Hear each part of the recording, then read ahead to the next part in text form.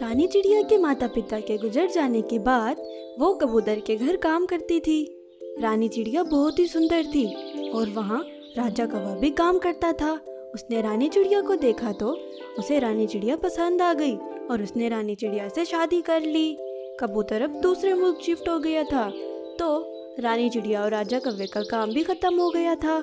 राजा कौवा बहुत गरीब था। एक दिन रानी चिड़िया ने राजा कौवे से बोला, सुनिए जी, आज घर का राशन खत्म हो गया है और घर में खाने को भी कुछ नहीं है। अब मैं रात का खाना कैसे पकाऊं? राजा कौवे ने बोला, अरे तुम टेंशन मत लो, मैं टीनू चाचा से उधार लेकर आता हूँ, कुछ पका लेना। रानी चिड़िया ने बोला, आज के दिन का तो हो जाएगा, फिर अगले दिन का क्या होगा? राजा कौवा सोचने लगा और बोला, हाँ कह तो तुम ठीक रही हो, मैं ऐसा करता हूँ, किसी काम की तलाश में निकल पड़ता हूँ, शायद मुझे कोई काम मिल जाए। फिर राजा कौवा निकल पड़ता है काम की तलाश में। वो ऐसे घर घर जाकर काम की तलाश करता है लेकिन उसे कोई काम भी नहीं मिलता और वो मायूस होकर घर आ जाता है। रानी चिड़िया उसे देखकर टेंशन में आ गई कि अब काम नहीं मिला तो हम क्या करेंगे।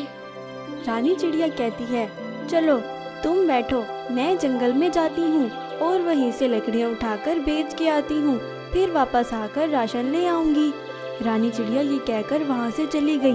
रानी चिड़िया उड़ते उड़ते एक जंगल में पहुँची जहाँ उसे लकड़ियाँ दिखी। वो लकड़ियाँ उठा रही थी कि एक पेड़ पर उसकी नजर पड़ी जो कि सूखा हुआ था।